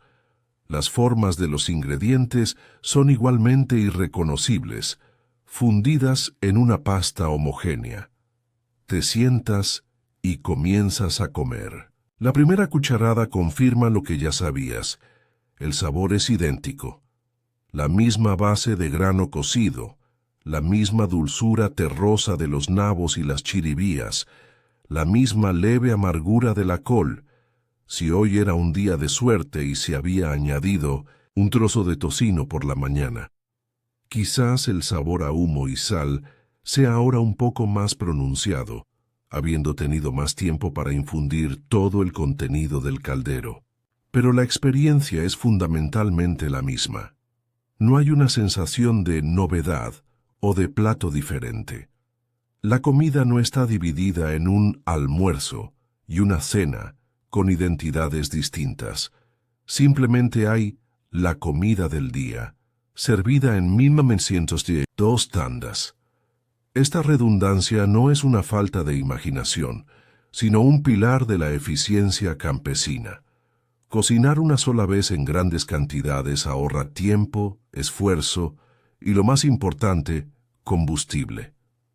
Mantener un solo fuego ardiendo es mucho más económico que encender y apagar varios a lo largo del día.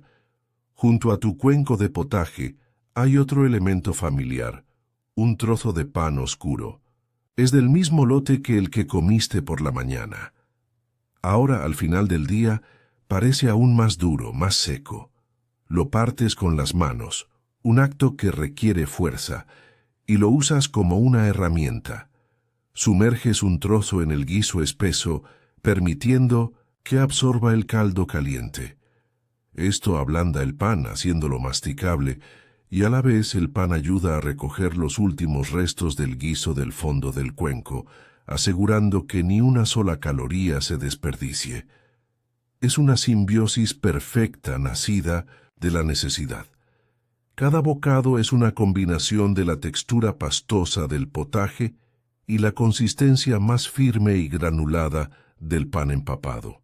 Es una comida diseñada para llenar, para proporcionar una masa densa y caliente que se asiente en el estómago y te dé una sensación de plenitud que te dure toda la noche.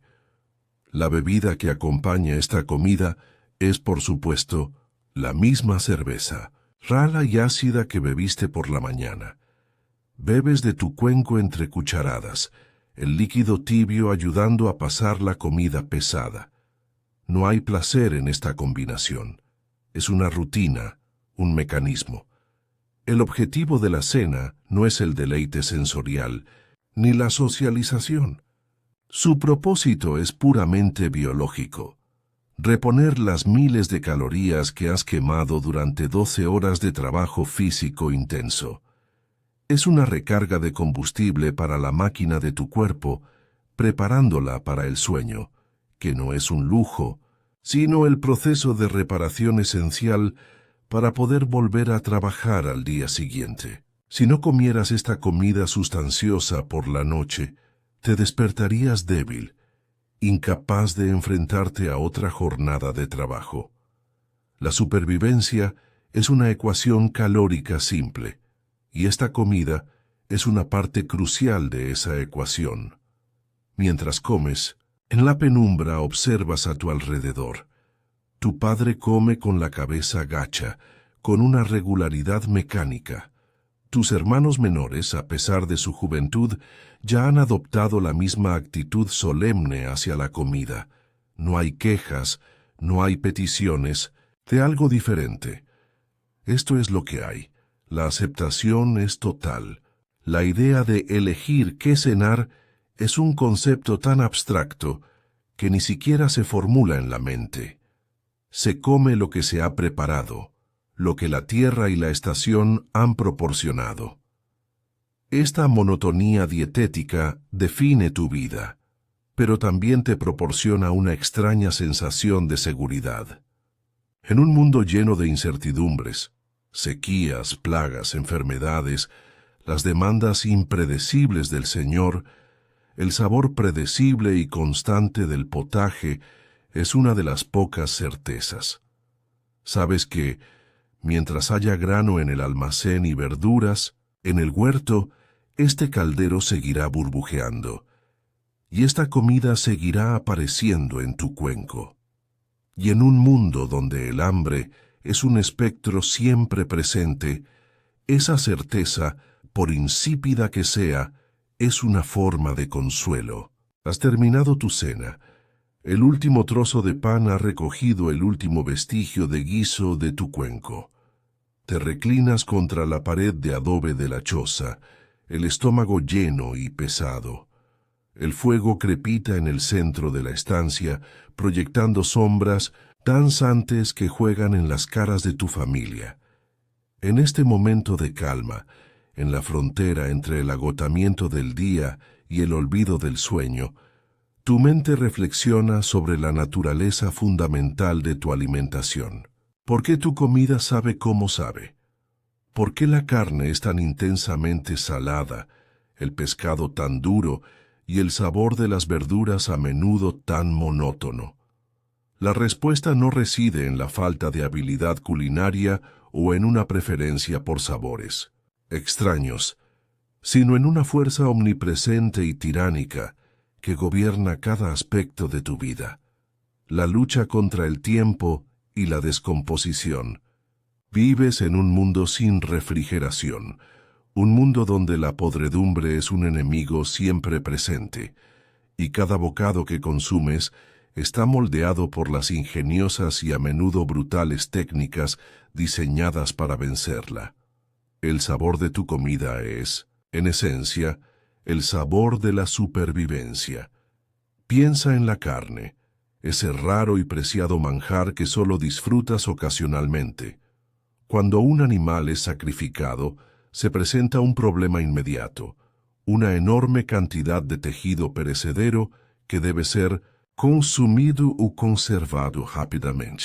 Consumirlo todo es imposible para una sola familia. Por lo tanto, la conservación es la única opción. La técnica más fundamental y extendida es el salazón. La carne, cortada en grandes trozos, se frota vigorosamente con sal gruesa, cubriendo cada centímetro de su superficie. Luego se apila en barriles o tinas, alternando capas de carne con gruesas capas de sal. La sal, por un proceso de ósmosis, extrae la humedad de las células de la carne, creando un ambiente inhóspito donde las bacterias responsables de la putrefacción no pueden prosperar. Este proceso puede durar semanas o meses. El resultado es una carne increíblemente densa, oscura y con una textura dura como la madera. Antes de poder comerla, hay que someterla a un largo remojo para rehidratarla y eliminar parte del exceso de sal, pero la salinidad fundamental ya forma parte de ella para siempre. Su sabor ya no es el de la carne fresca, sino el de la carne curada, un sabor concentrado, potente y abrumadoramente salino. Otra técnica poderosa es el ahumado. Después de un salazón inicial, los trozos de carne o los embutidos se cuelgan en una chimenea o en una pequeña construcción dedicada, el ahumadero. Allí se exponen durante días o semanas al humo frío de maderas duras que arden lentamente. El humo no solo deshidrata lentamente la superficie de la carne, creando una corteza protectora, sino que también deposita sobre ella una capa de compuestos químicos, como fenoles y aldehídos, que tienen potentes propiedades antimicrobianas y antioxidantes. Este proceso no solo conserva la carne, sino que la transforma. Le infunde un sabor profundo, resinoso y complejo, que se convierte en su característica principal. El tocino, los jamones, las morcillas, todos adquieren su identidad sápida de esta combinación de sal y humo. Es una alquimia rústica que convierte un producto perecedero en un alimento estable que puede durar todo el invierno. Para las grasas, como la manteca de cerdo o el sebo de res, el método de conservación es el procesamiento y el almacenamiento. Cuidadoso. La grasa se corta en trozos pequeños y se derrite lentamente a fuego bajo, un proceso llamado rendir. Esto separa la grasa pura líquida de cualquier tejido conectivo o muscular. La grasa líquida y caliente se cuela cuidadosamente y se vierte en vejigas de animal limpias o en vasijas de barro, donde se solidifica al enfriarse. Si se almacena en un lugar fresco y oscuro, esta manteca puede durar meses sin enranciarse. Es tu principal fuente de grasa para cocinar, una fuente de energía densa y vital. Su sabor es neutro al principio, pero con el tiempo puede adquirir un regusto ligeramente rancio, un matiz que te has acostumbrado a ignorar. Con las verduras, la batalla contra el tiempo es diferente pero igualmente crucial. Las verduras de raíz, como los nabos, las zanahorias y las chiribías, tienen una ventaja natural. Pueden almacenarse durante meses en un sótano o en un hoyo cavado en la tierra, mantenidas en arena o paja para protegerlas de las heladas y la humedad. Pero las verduras de hoja verde y otros productos más delicados del verano requieren otras estrategias. La más común es el encurtido. El repollo se corta finamente, se sala y se prensa en grandes tinajas de cerámica.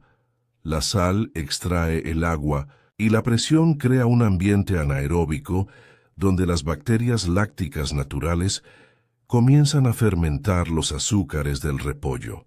Este es el nacimiento del chucrut o sauerkraut, un producto ácido, crujiente y con un sabor intenso que puede conservarse durante todo el invierno, proporcionando vitaminas vitales cuando no hay nada fresco disponible. Otros vegetales, como los pepinos o las remolachas, se sumergen en salmueras de agua, sal y vinagre.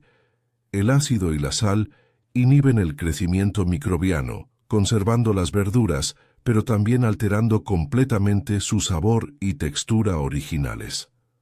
Los lácteos son, quizás, los más efímeros de todos los alimentos. La leche fresca de vaca, cabra u oveja es un lujo que debe consumirse el mismo día. Para conservarla, hay que transformarla. El camino más obvio es el queso. La leche se calienta y se le añade un cuajo, una enzima del estómago de un ternero o un sustituto vegetal, para que se separe en cuajada sólida y suero líquido. La cuajada se prensa para eliminar más suero, se le da forma y luego se sala y se deja madurar en un lugar fresco. El tipo de leche, el grado de prensado, la cantidad de sal y el tiempo de maduración dan lugar a una asombrosa variedad de quesos, desde los frescos y suaves hasta los duros, secos y de sabor increíblemente fuerte y picante. El queso es, en 1901, esencia, una forma de leche concentrada y conservada, una píldora de proteína y grasa que puede durar meses. El suero sobrante no se desperdicia, se puede beber, usar en la cocina o dar de comer a los cerdos. La mantequilla es otra forma de conservación. La nata de la leche se bate hasta que la grasa se aglutina. La masa de grasa se lava y se le añade una buena cantidad de sal, que actúa como conservante. Esta mantequilla salada, con su sabor intenso, puede durar mucho más que la mantequilla dulce. Cada uno de estos métodos es una respuesta ingeniosa a un problema fundamental, pero cada solución deja su huella en el sabor final del producto. La salinidad agresiva, el sabor ahumado penetrante, la acidez punzante del vinagre y la fermentación, la potencia concentrada y a veces picante de los quesos curados. Estos no son sabores buscados por capricho. Son las cicatrices de la batalla por la supervivencia, las firmas químicas de la conservación. Tu paladar se ha formado en este crisol. Has aprendido a interpretar estos sabores intensos no como defectos, sino como señales de seguridad, como la garantía de que la comida que estás comiendo no te envenenará.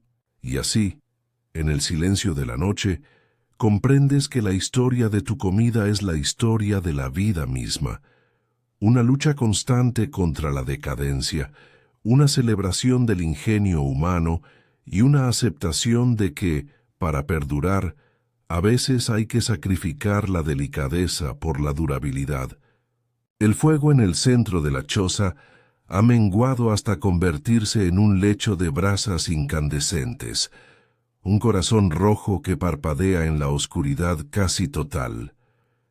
El último miembro de tu familia ya se ha rendido al agotamiento, y el único sonido que rompe el silencio profundo de la noche es la respiración acompasada de los cuerpos dormidos a tu alrededor y el susurro ocasional del viento contra las paredes de adobe. Te arrastras hacia tu propio jergón, un simple saco de tela basta relleno de paja que desprende un olor seco y terroso. No te quitas la ropa, duermes con la misma túnica de lino que has llevado durante todo el día, ya que el frío de la noche es penetrante y cada capa de tela es una barrera bienvenida. Te cubres con la manta de lana áspera, sintiendo su picor familiar contra tu piel, y te acurrucas, buscando una posición que alivie el dolor sordo de tus músculos sobrecargados. El día ha terminado. El ciclo de trabajo, comida y reposo está a punto de completarse. Yaces en la oscuridad, con los ojos cerrados, pero el sueño no llega de inmediato.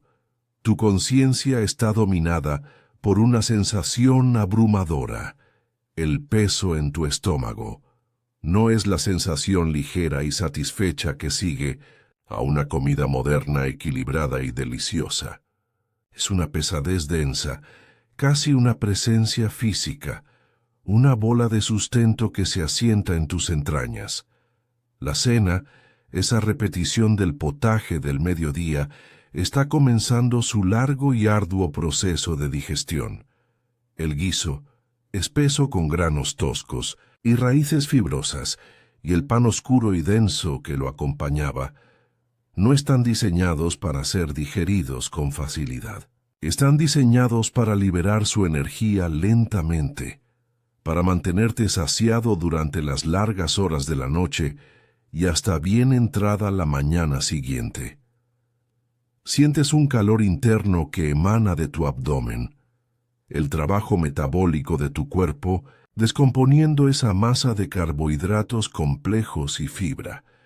Es una sensación que te ancla a la tierra, un recordatorio físico y contundente de la comida que has consumido. Tu mente, en este estado de duermevela, repasa los sabores del día, o más bien, la ausencia de ellos. El sabor agrio y acuoso de la cerveza rala por la mañana, la textura pastosa del pan remojado, la monotonía terrosa del potaje, un sabor que parece no haber cambiado en años, el recuerdo de la salinidad agresiva del pescado del viernes pasado, o la riqueza grasa y casi abrumadora del pastel de menudencias de la última fiesta, son las únicas notas discordantes en una sinfonía de insipidez. No hay un recuerdo placentero de una comida exquisita que te haga sonreír en la oscuridad. La comida en tu vida no es una fuente de alegría, sino una función. Es el combustible para la máquina. Y ahora, con el tanque lleno, la máquina se apaga para su mantenimiento nocturno. Piensas en la nobleza, en el señor del castillo. ¿Qué habrán cenado ellos? Platos con especias exóticas, carnes tiernas asadas, pan blanco y esponjoso, vino dulce, un universo de sabores y texturas que no puedes ni empezar a imaginar. Su comida es placer, es estatus, es arte, la tuya es pura y simple supervivencia. La distancia entre tu jergón de paja y su cama con dosel se puede medir en la abismal diferencia de lo que cada uno pone en su estómago. Los sonidos de la noche se filtran en tu conciencia. El lejano ladrido de un perro, el ulular de una lechuza, en el bosque, el suave gruñido de los cerdos en su cercado cercano. Y luego, los sonidos más íntimos de la choza.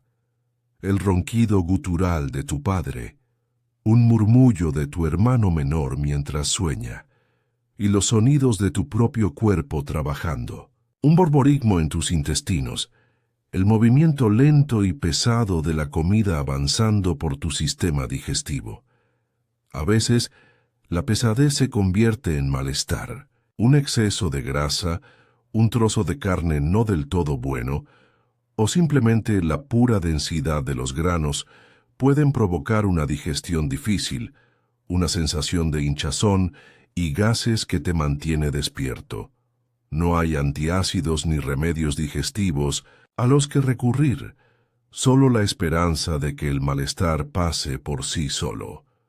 Tu sistema digestivo, como el resto de tu cuerpo, es robusto, forjado por una vida de consumir alimentos que desafiarían a un estómago moderno. Está acostumbrado a la fibra tosca, a los sabores fuertes y a la ocasional presencia de contaminantes menores. Es una máquina resiliente, pero incluso las máquinas más fuertes tienen sus límites. No hay nostalgia en tus pensamientos sobre la comida. No recuerdas con cariño el guiso de tu madre como el mejor del mundo. Es el único que has conocido. No hay una memoria emotiva ligada a un plato en particular, porque los platos rara vez cambian. La comida no marca los hitos de tu vida. Lo que marca los hitos es la ausencia de comida. El recuerdo del invierno de hace 3 años, cuando la cosecha fue mala y el potaje se volvió más y más aguado cada día. La sensación de hambre constante, un dolor sordo que nunca desaparecía del todo, el miedo en los ojos de tus padres mientras las reservas de grano disminuían peligrosamente. Esos son los recuerdos que la comida evoca. El miedo al hambre, no la alegría de la saciedad. La plenitud que sientes ahora no es placer, es seguridad. Es el alivio de saber que, al menos por esta noche, el espectro del hambre ha sido mantenido a raya. Finalmente, el agotamiento físico comienza a ganar la batalla a la conciencia. La pesadez en tu estómago se convierte en un ancla que te arrastra hacia las profundidades del sueño. Tu respiración se vuelve más lenta, más profunda, sincronizándose con la de tu familia. Te sumerges en un sueño sin sueños, un olvido, pesado y funcional, tan desprovisto de color y emoción como la comida que lo ha precedido. Es un sueño aburrido, el descanso de un animal de carga. Tu cuerpo no se relaja en el lujo del confort, simplemente se apaga para conservar energía, y en el fondo de tu mente, el reloj biológico ya ha empezado su cuenta atrás. En unas pocas horas, la primera luz grisácea se filtrará de nuevo por las grietas. El frío volverá a despertarte y el ciclo comenzará de nuevo. Te levantarás, beberás la misma cerveza agria, comerás el mismo pan duro y saldrás a trabajar la misma tierra. Y así te duermes no con la paz de un día bien vivido, sino con la resignación de saber que mañana será exactamente igual que hoy.